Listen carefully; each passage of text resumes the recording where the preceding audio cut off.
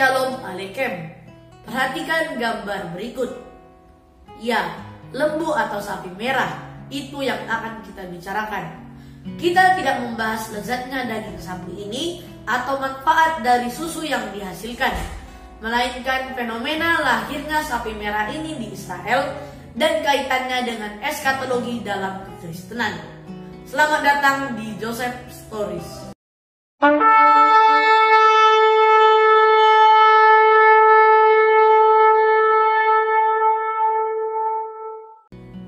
Baru-baru ini dikabarkan seekor sapi merah lahir di Israel, dan peternak sapi seorang Zionis di Texas pun sedang mencoba menghasilkan sapi darah merah yang mereka harapkan dapat diangkut ke Israel sebagai bahan dalam acara keagamaan Yahudi di Bait Suci yang akan dibangun.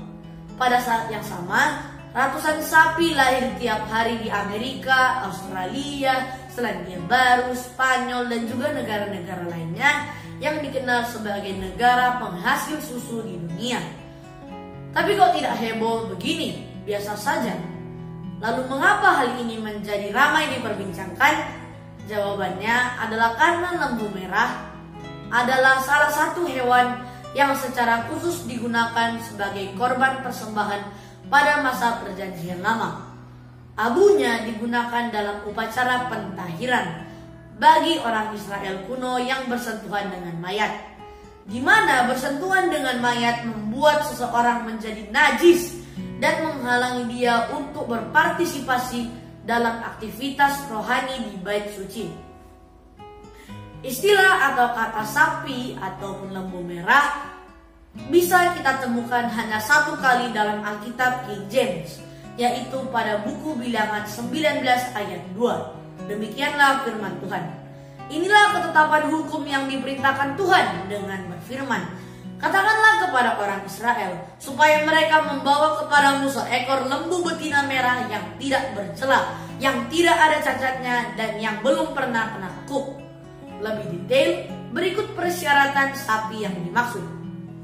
Yang pertama, sapi merah tersebut harus benar-benar sempurna dalam kemerahannya. Bahkan dua helai rambut dengan warna lain akan mendiskualifikasikannya. Bahkan kukunya harus berwarna merah. Yang kedua, berusia 3 atau 4 tahun. Meskipun hewan yang lebih tua bisa digunakan, yang lebih muda tidak bisa. Yang ketiga, bebas dari segala jenis cacat maupun cacat internal atau eksternal. Yang keempat, tidak boleh digunakan untuk jenis pekerjaan fisik apapun dan tidak pernah ditempatkan di bawah kuk, bahkan sekalipun. Itulah syaratnya. Nah, pertanyaannya, apakah sapi merah yang lahir itu sudah sesuai dengan persyaratan fisik di atas? Kalau belum, berarti harus menunggu lagi, atau menunggu hasil ternak dari USA yang di atas yang sedang diusahakan itu, atau dari tempat lain. Sebelumnya, pihak berwenang telah mengidentifikasi dua kemungkinan calon sapi darah merah, yaitu satu pada tahun 1997 dan kemudian lagi pada tahun 2002. Namun ternyata keduanya yang pada awalnya dianggap cocok, namun kemudian ditemukan tidak cocok. Perhatikan gambar berikut. Ini Bait Suci yang pertama yang dibangun oleh Raja Salomo, namun dihancurkan oleh Babel pada tahun 586 sebelum Masehi. Dan sedangkan Bait Suci yang kedua dibangun oleh Raja Herodes dan dihancurkan oleh Romawi pada tahun 70 Masehi. Saat ini umat Israel menunggu Bait Suci yang ketiga untuk segera bisa memulai upacara keagamaan mereka. Umat Kristen menunggu Bait Suci yang ketiga karena hal itu adalah penanda masa anugerah akan berakhir, yang artinya orang percaya dalam masa anugerah akan diangkat ke surga. Jadi sekarang kalian sudah paham kan mengapa kita membahas topik ini? Kalian harus tahu, rapture dengan kedatangan Kristus yang kedua kalinya adalah dua hal yang berbeda. Rapture terjadi terlebih dahulu Kemudian dunia memasuki masa tribulasi 7 tahun. Sesudah berakhir masa tribulasi itu, barulah peristiwa kedatangan Kristus yang kedua kalinya. Dan sesudah itu, kedatangan Kristus yang kedua kali itu, maka Kristus akan memulai kerajaan 1000 tahun memerintah di bumi. Seperti itu timeline-nya. Bila benjana pemujaan suci sudah siap dan pemakaian imam yang akan dikenakan oleh orang Lewi dalam upacara di bait suci juga sudah disiapkan, dan lebih dari 500 pemuda Yahudi keturunan dari suku Lewi telah dilatih sebagai penggereja untuk memenuhi tugas ibadah dan pengorbanan mereka di bait suci. Tentu diperlukan sapi merah dan bait suci yang ketiga agar dapat segera memulainya, bukan?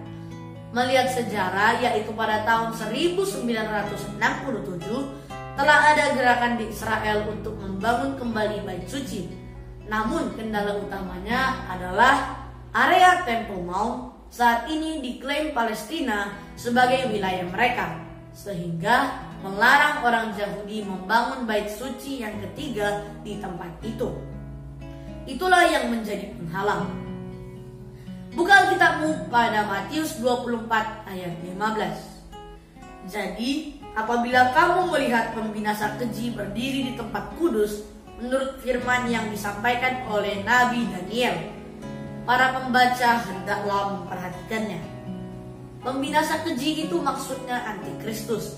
Kelak dia akan menodai bait suci yang akan dibangun itu. Dari sini kita mengetahui bahwa antikristus itu menunggu bait suci yang ketiga dibangun untuk tempat dia memproklamirkan diri. Dan saat itulah kita akan mengetahui siapa antikristus itu. Betapa pentingnya sapi merah ini, sehingga menjadi sebuah kartu yang memegang sebuah kunci dalam permainan. Tanpa lembu merah, layanan bait suci tidak dapat dipulihkan karena diperlukan dalam pemurnian ritual yang diperlukan untuk semua orang Yahudi yang terlibat. Rabi besar abad ke-12 Maimonides berpendapat bahwa hanya ada 9 sapi darah merah yang digunakan selama era kuil kedua, dan kedatangan sapi darah merah yang ke-10 hanya akan ditemukan dan dikorbankan ketika Mesias siap muncul. Wow, Mesias muncul. Kedatangan seekor sapi betina merah sempurna ke-10 menandakan harapan akan kedatangan Mesias yang sudah dekat, yang pastinya harus didahului pembangunan kembali bait suci. Bila sapi merah sudah siap, berarti tinggal menunggu satu hal lagi, yakni tempatnya, yakni bait suci yang ketiga yang sampai sekarang belum dibangun. Sehubungan perseteruan dengan Palestina dan seluruh umat muslim menentang rencana pembangunan bait suci yang ketiga di lokasi Temple Mount yang sekarang. Perhatikan gambar berikut ini. Baru-baru ini, Perdana Menteri Israel dalam pidato di PBB mengatakan bahwa Israel sudah siap dengan pilihan two-state solution atau berdirinya negara Palestina. Artinya apa?